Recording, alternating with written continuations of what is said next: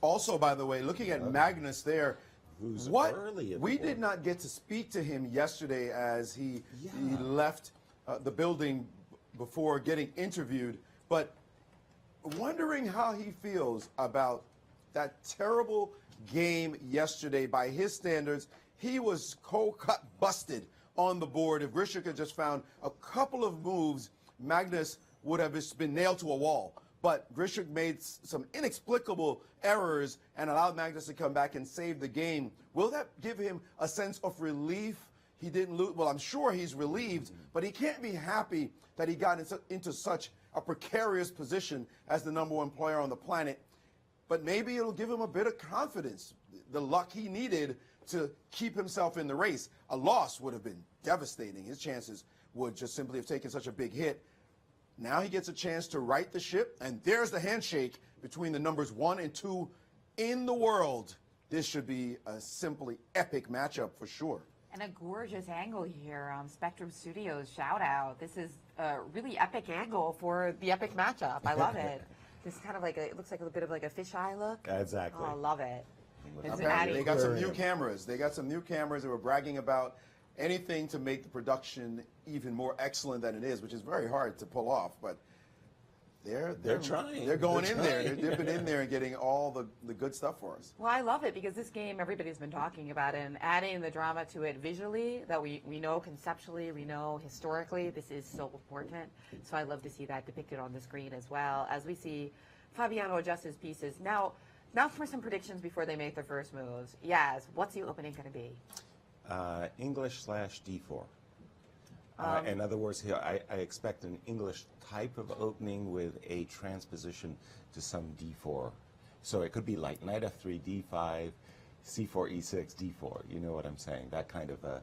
I don't expect a straight up D4, but I do not expect E4. No, Maurice. E4 seems like it's not on the menu because Fabiano's Petrov has just been fantastic this year. And maybe you don't want to test it right now, given that you're going to battle it in November.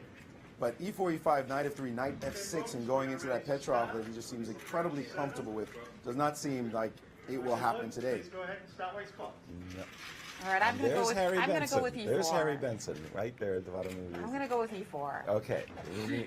And he has looked like he's played E4. Looks like E4. I said it. Now, yes, he did not make the move before I said it. That's All right. right. You weren't guess. front running. You were Give me not some front credit running. here. Yeah, Let's you see got the this. love. Let's see if knight F3 Now, also we've lands seen on the board. bishop's opening. Bishop C4 on 2 occasions that Magnus, to avoid the Petrov against Fabiano, has played bishop C4. Long pause. Even in Over 2014, in that spectacular game that Fabiano won. He But did. we do see a knight F3. And I'm pretty sure we're going to be going into a Petrov because there we go. There we get it. Incredible. Magnus must have What? some wrinkle. Yeah, This what is- has he prepared? This is a world championship setup right here. Absolutely. What has he prepared? Okay, main move, of course, is knight takes e5. Secondary move is d4. Third move is knight c3. And the fourth is d3. Knight takes e5. Main line. Main line so far. And by the way, this is an opening that lots of Scholastic players are familiar with because it's just the copycat opening. Exactly. Breaking Not it on up. not on that last move though. Broke Don't the put your copy. knight e4 and get hit by queen e2. Now, knight f3, yep, and here we go, knight takes e4. Now, after the move knight takes e4, in my day, everybody, I mean just everybody played d4. Today, knight c3 has become a very popular treatment of the Petrov, but again, Very d4 was the, fashionable indeed. yeah, d4 was the old main line. Knight c3, the idea is quick development. You get to take with the d pawn, you get your bishop out, your queen also can be developed quickly in that way, and sometimes you can even castle queenside as a result because of that quick development. And there we have it. Knight c3, it's all In over. balancing the position. The thing about the Petrov is in some lines it's very balanced and symmetrical. This creates an imbalance from the get-go, yeah. Yes, yes it does. And the theory is developing by leaps and bounds. Knight takes the c3, captured. And so why as, I mean, beginners are taught capture towards the center. Yes. Capturing, I mentioned a little bit about the open lines, but B takes C3, is that a move that you would consider? I definitely would consider it just for that very strategic reasoning, what you just said. We're all taught, and for very, very good reasons, capture towards the center and control these central squares. Oops, I'm just clicking all the central squares that I can. So B2 takes C3, but the reason for D2 takes C3 is just what you mentioned. You want to get your pieces out as quickly as possible. Bishop E3, Queen D2, and castles long. We've just been seeing the game between MVL and Fabi from an earlier round where in the confession, MVL said he got as much as he could have hoped for, and Fabi after the game also said that he experienced some uncomfortable moments, but he solved all of his problems as well, did Fabi. And there we have it, Bishop E3. Well, as the players race to what we know is all Prepared. Knight prepared. C6 immediately played by Fabi. Just going to take a quick look around. Aronian Wesley, that's a Queen's Gambit decline. With the Catalan, and look at this. Joko Piano. Joko Piano by Bishir. All right. This looks like the most exciting opening of the day. Ooh, this looks like an Sicilian. H, and look at that, Shaq playing a Najdorf and an H3, almost an English attack.